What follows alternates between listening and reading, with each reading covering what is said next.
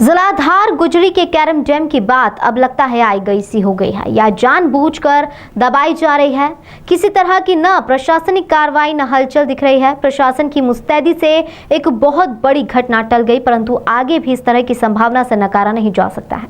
क्या गलती रही डैम बनाने की कंपनी चुनने में, या गलती हो गई कमीशन खोरी का हिसाब न हो पाया? जनता की राशि 304 करोड़ की यह कोई छोटी राशि नहीं होती। मंत्री और मुख्यमंत्री की तमाम कोशिशों के बाद भी भ्रष्टाचार अपनी चरम सीमा पर है। यह भी एक सहयोग रहा कि प्रशासन की मुस्तैदी से एक बहुत बड़ी घटना होते होते रह गई, नहीं तो न जाने कितनी जान, कितने लोग बेघर हो जाते। हम आशा करते हैं मुख्यमंत्री से जल्द उचित कार्रवाई करें और उसे जनता के सामने लाए। धार जिले की सिंचाई परियोजना में कमीशन खोरी का एक ऐसा खेल चल रहा है कि पूरा बांध ही लापरवाही की भेंट चढ़ गया।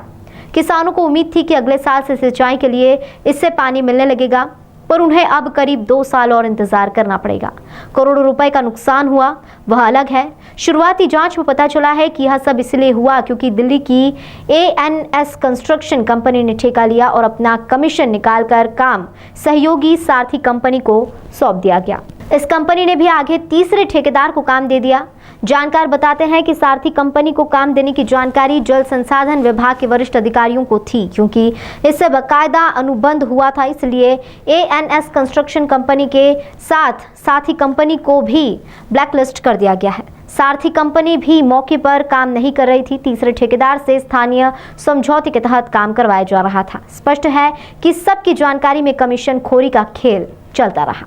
और शुभकामना देता हूं, ये हमारे राष्ट्र का गौरव, हर घर तिरंगा, जो आपने हमारे राष्ट्र के गौरव, देश के प्रधानमंत्री का संकल्प, जो आज़ादी का 75 अमृत महोत्सव हम मना रहे हैं, इसकी आपको बहुत बधाई और शुभकामनाएं। एक बड़ी चुनौती 11 तारीख को, कौन सा डैम है आपका? ये कारम डैम।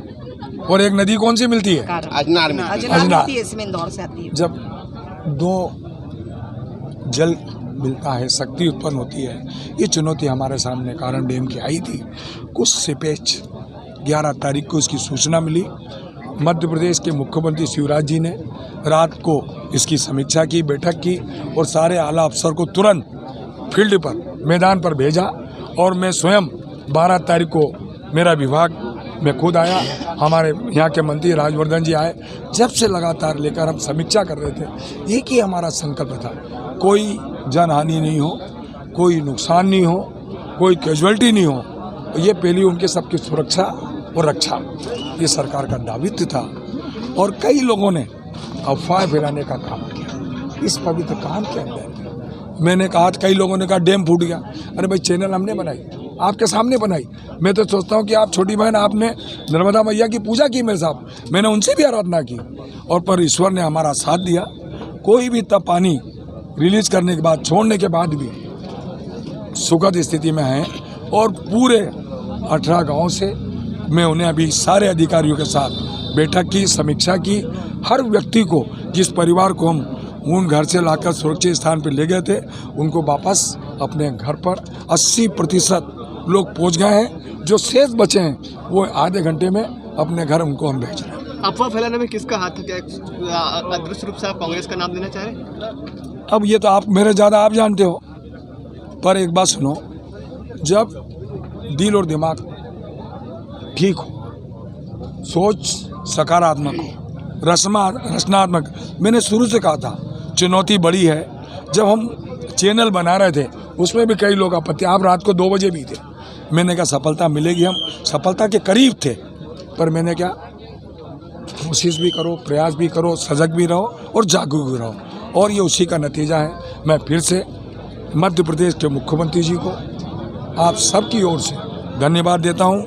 हमारे दोनों मंत्री राजवर्धन जी, प्रभारी मंत्री प्रभुराम चौधरी जी, और मेरे विभाग के सारे आला अफसर और संभाग आयुक्त, हमारे संभाग के IG, DIG, कलेक्टर गौन और राजस्व विभाग के।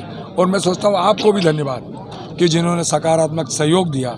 इसी प्रकार से सहयोग मिलता रहे। फिर से आज़ादी की अमृत महोत्सव की बहुत बहुत बधाई।